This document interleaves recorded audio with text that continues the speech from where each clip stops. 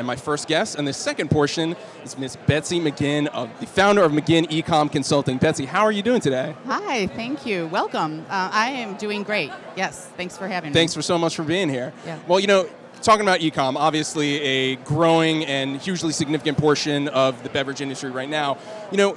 Looking back on a year ago, we do these every year, obviously in the summer.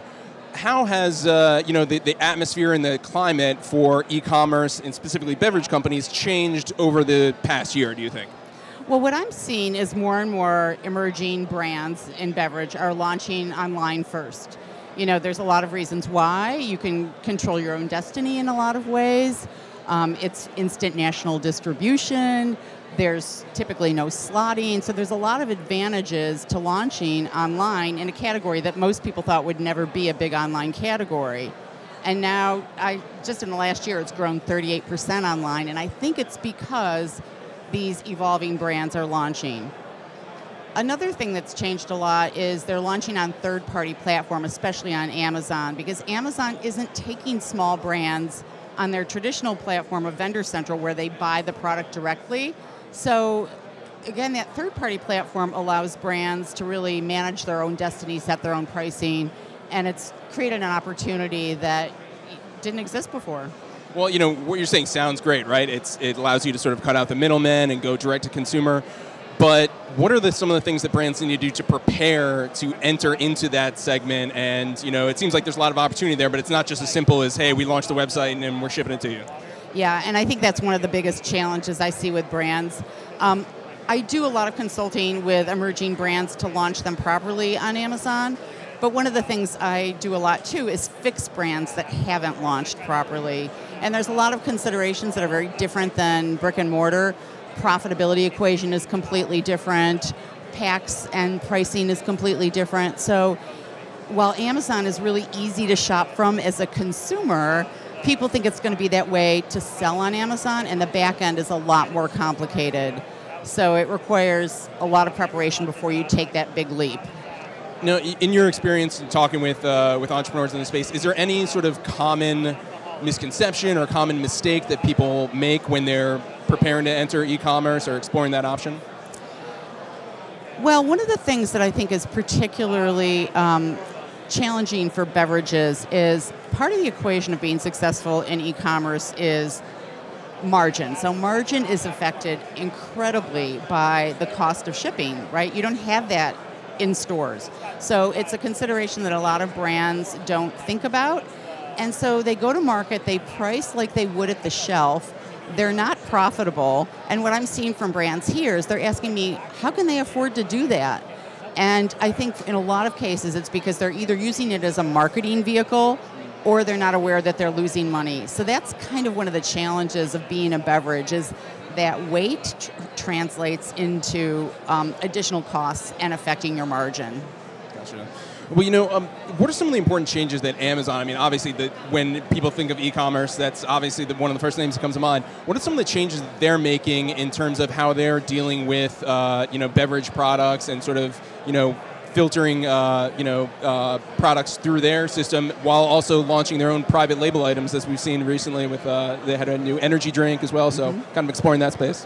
So they are launching a lot of private label, no doubt. But what I keep hearing from brands and seeing in print is that it's not impacting the growth of branded products, which is great news. Some of the changes that I've seen in the last couple years are really good for emerging brands because a lot of the promotional activities and advertising and advantages of being on the vendor platform where Amazon buys the product, those activities have migrated over to the seller platform where most brands are launching, because one of the biggest changes with Amazon in the last year is they have kicked a lot of really small brands off of their vendor platform. They're not buying small brands. They're asking them to go over to seller and create their own destiny. And, I used to think like 3 years ago that was not a winning proposition, but they've made it a winning proposition by migrating all these incredible tools over to that platform.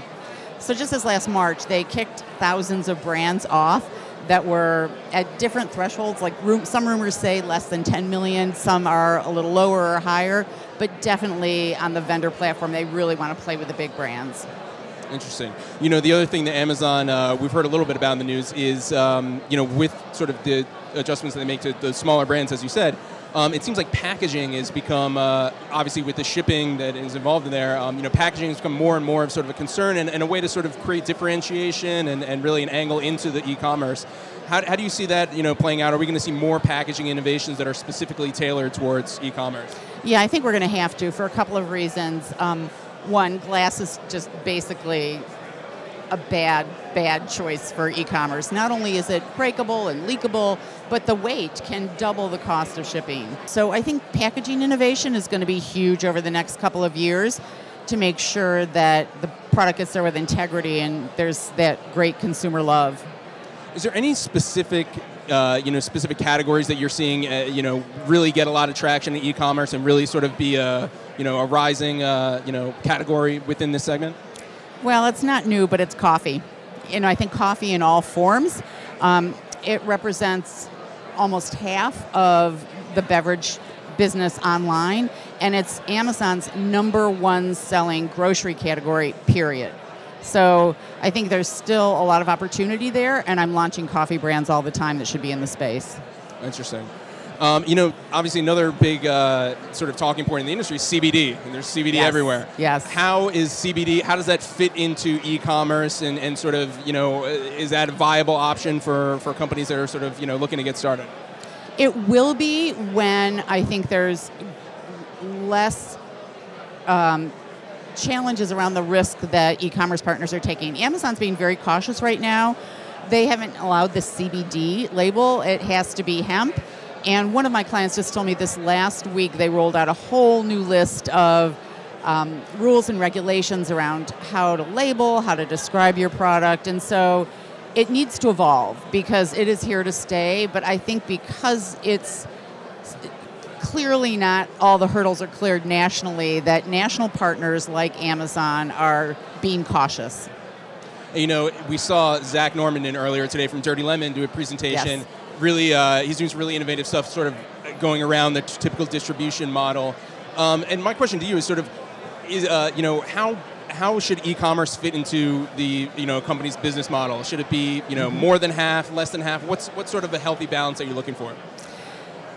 So one of the things that I think is really cool that's happening now is a lot of brands are launching initially online, and they can have as much as 100% of their business online before they even leverage it into brick and mortar.